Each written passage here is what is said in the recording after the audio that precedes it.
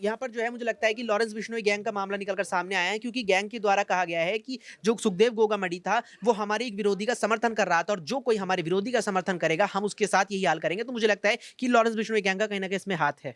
जहाँ पर कोई भी सुरक्षित नहीं रह पाता है। आम जन को तो छोड़िए, राजनेता भी सुरक्षित नहीं रह पाते हैं, तो सवाल उठने लाज़मी हो जाते हैं। आखिरकार ये हत्या के पीछे की साजिश क्या है? आखिरकार किसने उनकी जान ली है? पूरे मामले पर राजनीतिक नफे नुकसान को ज़हन में रख करके जो है राजनेता बयानबाजी ज़रूर करेंगे और उसकी शुरुआत हो चुकी है। आज भी कई जो है भाजपा के नेताओं ने अपने पक्ष को रखा है, क्योंकि लोग इस समाज से खुद को करीब दिखाने की कोशिश करेंगे, क्योंकि आने वाले कुछ महीनों के बाद ही लोकसभा के चुनाव हैं और राजस्थान, मध्य प्रदेश, उत्तर प्रदेश, बिहार जैसे राज्यों से भारतीय जनता पार्टी को बड़ी उम्मीद है। वहाँ पर लोकसभा की सीटें भी हैं। तो ऐसे में इस पूरे मुद्दे को जो है कहीं न कहीं गंभीरता से लिया जाएगा और कोई भी नेता बयान देगा तो वोट बैंक को ज़हन में रख कर के ही बयान।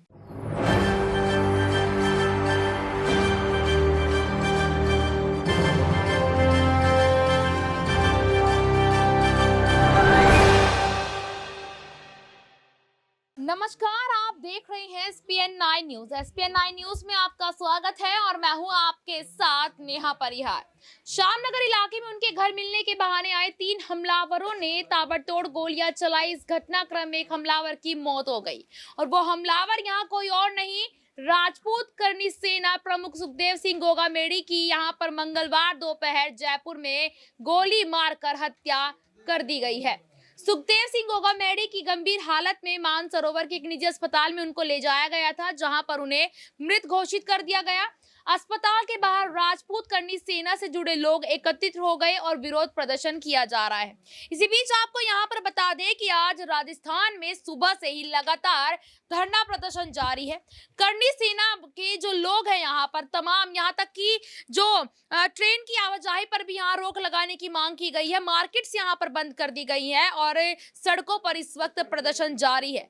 यहाँ पर आपको बता दें कि इस हत्या के बाद अब राजनीति भी यहाँ पर गर्म होती नजर आ रही है। बताते हैं आपको, यहाँ वसुंधरा राजे का भी एक बयान सामने आया है, दिया कुमारी का भी बयान सामने आया है और भी दिग्गज नेताओं के यहाँ पर बयान सामने आने लगे हैं और धीरे धीरे अब ये जो मामला है वो गर्माता जा रहा है कि आखिरकार इसमें किसकी गलती है। कुछ लोगों का यहाँ पर कहना है कि भाजपा की सरकार बनते ही राजस्थान में भी उत्तर प्रदेश की तरह गुंडा राज शुरू हो गया, तो दूसरी तरफ ये कहना है कि यहाँ पर जो ये हत्या करवाई गई है ये विपक्षी दलों की तरफ से कराई गई है। इसी मुद्दे पर आज हम बात करेंगे। बात करने के लिए तमाम न्यूज रूम में यहाँ पर कुछ सहयोगी मौजूद है। सबसे पहले यहाँ पर अबरार है। अबरार, आपने भी देखा कि सुबह से ये वाला जो मुद्दा है यहाँ करनी सेना वाला, सुखदेव सिंह वाला, ये बहुत ही ज्यादा गर्माता जा रहा है। कैसे देख रहे हैं, आपको क्या लगता है इसमें किसका हाथ हो सकता है? देखिए, काफ़ी ज़्यादा हैरान करने वाला मामला था, क्योंकि करनी सेना जो है वो इस तरीके के संगठन के रूप में जानी जाती है कि वो खुद कई मामलों में उग्र होकर के प्रदर्शन करती हैं। तो जाहिर सी बात है कि उनके साथ इस तरीके की घटना का घट जाना ये कहीं ना कहीं प्रशासन के लिए एक चिंता का सबब भी है और दूसरी तरफ प्रशासन के लिए एक बड़ा सवालिया निशान भी है कि आखिरकार जो है उनकी जहाँ तक जो है सुरक्षा को लेकर के पहले भी मांग की गई थी कि सुरक्षा गार्ड की तैनाती जो है या उनके संख्या बल में जो है इजाफा किया जाए, लेकिन सरकार ने इस पर कोई ज़्यादा तवज्जो नहीं दी। हो सकता है कि इसका कारण चुनाव भी हो सकता है, क्योंकि तमाम लोग चुनाव में जो है पूरी तरीके से व्यस्त थे। लेकिन अब जिस ढंग से स्थिति कानून व्यवस्था को लेकर के बिगड़ती चली जा रही है, लोग सड़कों पर उतर कर उधम मचा रहे हैं, लगातार ये मांग कर रहे हैं कि उन आरोपियों को जो है गिरफ्तार कर उनको सज़ा देनी चाहिए। और अभी तक देखिए, जो 2 आरोपियों के नाम यहाँ पर सामने आ रहे हैं, रोहित राठौर और नितिन का, तो जाहिर सी बात है कि इनकी गिरफ्तारी तो अभी नहीं हो पाई है, लगातार ये फरार चल रहे हैं। लेकिन इतना तय है कि फिलहाल कहीं न कहीं ये सरकार के लिए काफ़ी ज़्यादा चिंता का सबब है, क्योंकि अब सोचिए कि एक नई नवेली सरकार बनने जा रही है और शपथ ग्रहण से पहले ही ये कड़ी चुनौती उनके लिए खड़ी हो गई है कि आखिरकार दिन दहाड़े घर में घुसकर ऐसे फायरिंग कर किसी की जान ले लेना, ये जो है सरकार के लिए एक बड़ा सवाल है। और सबसे बड़ी चीज़ ये है कि जो वहाँ के डीजीपी ने जो अपील की है कानून व्यवस्था को लेकर, तमाम लोगों को जो है यहाँ पर जो है शांति बनाए रखना है। लोग सड़कों पर निकल रहे हैं, लगातार इसके लिए इंसाफ की मांग कर रहे हैं और इससे कहीं न कहीं राजनीतिक जो है नफ़े नुकसान का भी मामला है, क्योंकि अब देखिए इस पूरे मामले पर जो है नेताओं के बयान भी आने शुरू हो गए हैं। तमाम नेता इस पूरे मुद्दे पर अपने-अपने पक्ष को रख रहे हैं, क्योंकि एक समाज से जुड़ा हुआ मामला है और राजस्थान में समाज की संख्या भी है और अभी-अभी चुनाव हुए हैं, अभी-अभी नतीजे आए हैं, तो ज़ाहिर-सी बात है कि पूरा जो खाका जो होता है वो राजनीतिक पार्टियों के पास होता है। तो उन्हें ये पता है कि इसको किस तरीके से भुनाना है, लेकिन इतना तय है कि ये एक तरीके से कानून व्यवस्था के लिए एक बड़ा दाग है, एक बड़ा धब्बा है कि दिन दहाड़े लोग घर में घुस करके उनकी हत्या कर देते हैं और अभी तक फरार चल रहे हैं। हालाँकि लगातार ये आश्वासन दिया जा रहा है परिवार को, हालाँकि परिवार ने साफ तौर पर इस बात को कह दिया है कि जब तक जो उन आरोपियों को पकड़कर सज़ा नहीं दी जाती है जल्द से जल्द, तब तक वो उनका अंतिम संस्कार नहीं करेंगे। तो ये सरकार के लिए एक कड़ी चुनौती है और देखते हैं कि अब नई जो सरकार ये बनने जा रही है, ये इस पूरे मामले से कैसे निपटती है। अच्छा अबरार, एक सवाल और होगा आपसे। यहाँ पर जो है ये बात सामने आ रही है कि यहाँ पर भारतीय जनता पार्टी की छवि खराब करने की कोशिश की जा रही है। आपको भी ऐसे लगता है कि यहाँ पर देखिए भारतीय जनता पार्टी की सरकार आई और अब यहाँ पर ये सुनने को मिल रहा है कि जो उत्तर प्रदेश में गुंडा राज हमेशा देखने को मिला है, वही गुंडा राज अब राजस्थान में शुरू हो गया है। देखिए किसी पार्टी की छवि खराब करने की बात तब और ज़्यादा मजबूत तरीके से मानी जा सकती थी जब चुनाव जो है होने वाले होते, लेकिन अब तो चुनाव संपन्न हो चुके हैं, नतीजे आ चुके हैं। तो मुझे लगता है कि किसी भी राजनीतिक पार्टी की छवि को खराब करने के लिए किसी व्यक्ति का जो है इस तरीके से खून बहाना ये होता है कई बार, लेकिन ये उस तरीके से रिलेट करता हुआ नज़र नहीं आ रहा है। लेकिन इतना तय है कि अब इस पूरे मामले पर राजनीतिक नफ़े नुकसान को ज़हन में रख करके जो है राजनेता बयानबाजी ज़रूर करेंगे और उसकी शुरुआत हो चुकी है। आज भी कई जो है भाजपा के नेताओं ने अपने पक्ष को रखा है, क्योंकि लोग इस समाज से खुद को करीब दिखाने की कोशिश करेंगे, क्योंकि आने वाले कुछ महीनों के बाद ही लोकसभा के चुनाव हैं और राजस्थान, मध्य प्रदेश, उत्तर प्रदेश, बिहार जैसे राज्यों से भारतीय जनता पार्टी को बड़ी उम्मीद है। वहाँ पर लोकसभा की सीटें भी हैं, तो ऐसे में इस पूरे मुद्दे को जो है कहीं न कहीं गंभीरता से लिया जाएगा और कोई भी नेता बयान देगा तो वोट बैंक को ज़हन में रख करके ही बयान दे।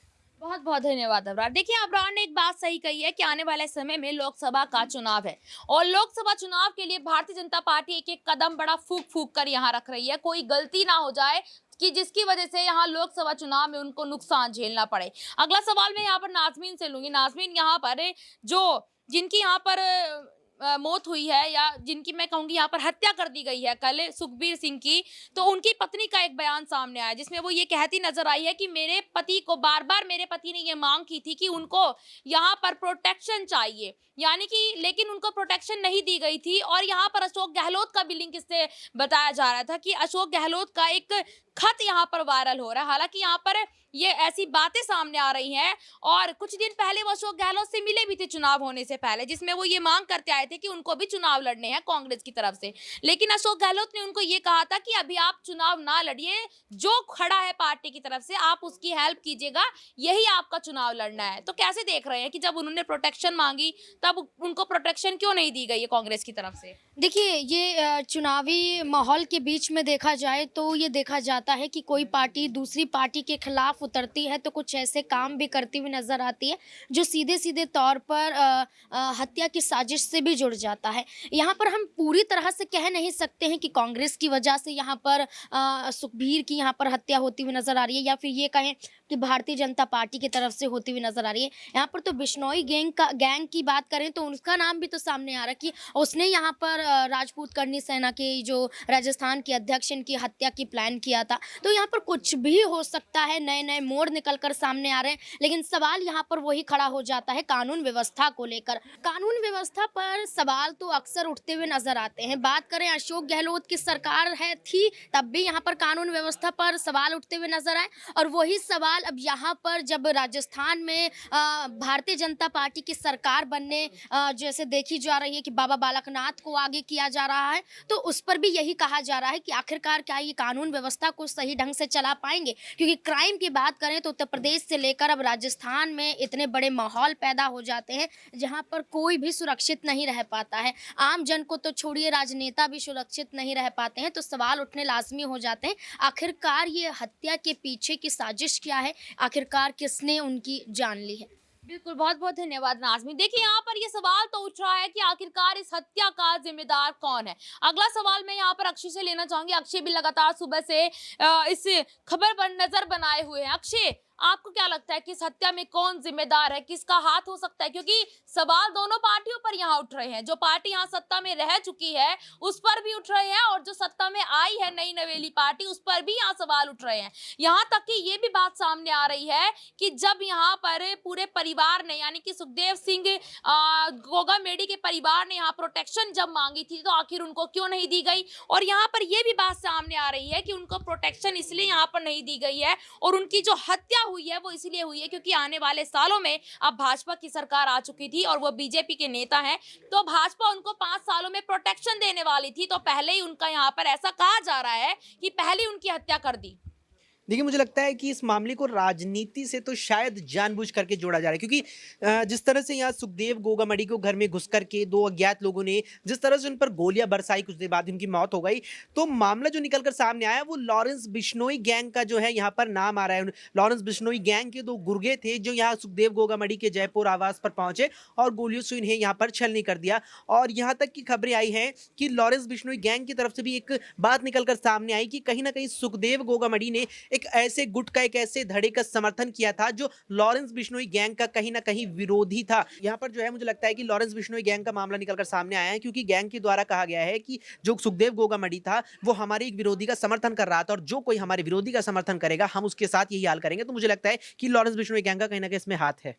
देखिए, बिल्कुल यहाँ पर ये देखना है कि आखिरकार इस पूरी हत्या का जिम्मेदार किसको यहाँ पर ठहराया जाता है। क्या वो कांग्रेस पार्टी होगी या फिर नई नवेली पार्टी यहाँ भाजपा पार्टी होगी? इस खबर को लेकर आपकी क्या राय है, हमें कमेंट बॉक्स में जरूर बताएं। फिलहाल के लिए इतना ही, फिर आपसे मुलाकात होगी किसी नए और दूसरे मुद्दे पर। तब तक के लिए देखते रहिएगा SPN 9 न्यूज। धन्यवाद।